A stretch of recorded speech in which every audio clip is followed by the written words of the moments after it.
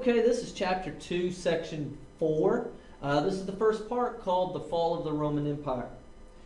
It's important to understand why Rome fell and how it did, because it has a great impact on the way the people live their lives in Europe, which eventually affected how and why they came to America. So why did the Roman Empire fall? The fall of Rome was more like 200 years of stumbling than an actual fall. Some historians argue that Rome never fell since Roman culture never died in Italy. However, all those great things that made Rome great, like laws and roads and soldiers and public projects, did fade away throughout Europe and North Africa. By the late 400s, the mighty Roman Empire was being carved up by people they once mocked as barbarians. Why did Roman civilization collapse? It's a good question, and I'm glad you asked. The first reason would be money problems. Too many Roman emperors, spent money like there was no tomorrow, so that by the 5th century, there really was no tomorrow. For the Romans, at least, every Roman emperor tried to leave his mark by building grand public buildings and palaces. All of these buildings cost a lot of denaro, which in a good economic times was fine, but these were not good economic times. Barbarians like the Visigoths, Vandals, Huns, and others had been attacking Rome, both east and west borders, for centuries, and trade had begun to suffer. To make matters worse, the Eastern Roman emperors often used their positions along the Silk Road to keep most of the profits for themselves. This only weakened the western half even more. To make up for the lost revenue, Roman royals, who hardly paid any taxes themselves, after all, they made the laws, so they didn't really want to pay laws, they continued to raise taxes on the common people. After a while, you can only raise the taxes so far before the poor people draw a line in the sand. During the last 2 centuries of the empire, riots and protests by angry, unemployed poor people became more and more common. Many emperors tried to keep the noisy mobs quiet by bribing them with free bread or Colosseum tickets, but this was bound to work for only so long. By the end of the 4th century, the empire was broke, which meant that its huge army couldn't be paid. This was not a good time to be a Roman. In the year 293,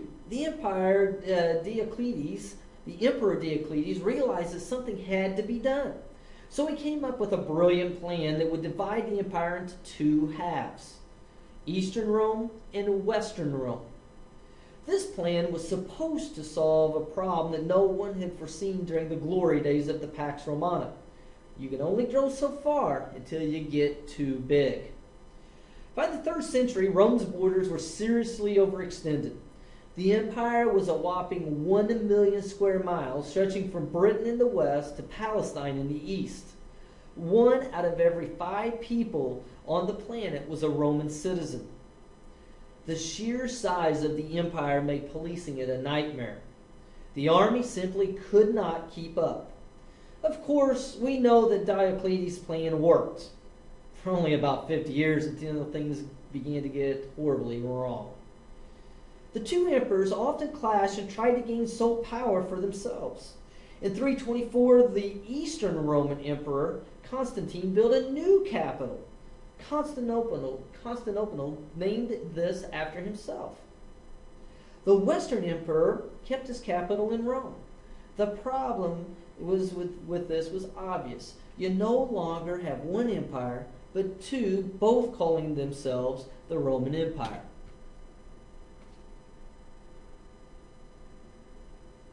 The third problem with the cause of the Roman Empire fall was that there were too many mercenaries. Around the same time that the empire was carved in half, a new policy was created to defend Rome's ever-expanding borders. The Roman legion never could seem to find enough recruits to help maintain order, and so they turned to hiring barbarians such as the Goths and the Vandals, and they promised them land and citizenship in return. As an army can tell you, the problem with hiring a mercenary army is that they are only loyal until the money runs out. The other issue was how the Romans treated the people they called barbarians. The Romans were quite civilized, but they sure could be snobs about it. The Romans never intended to make the barbarians equal, but they only wanted to use them as a buffer against other invaders like the Huns, which was a very fierce group of horsemen from Central Asia.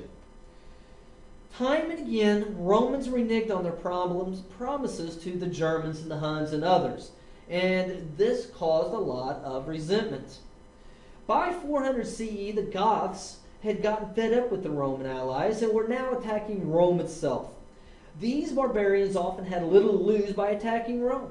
They had lost their land to the invading Huns, and many were on the verge of starvation. In 476, the Gothic king Ottokar overthrew the last Roman emperor and made himself king of Rome. For 3 days, the Goths went on a looting spree that would make a Black Friday sale at Walmart pale in comparison. By the time the Goths left, the Western Roman Empire was dead.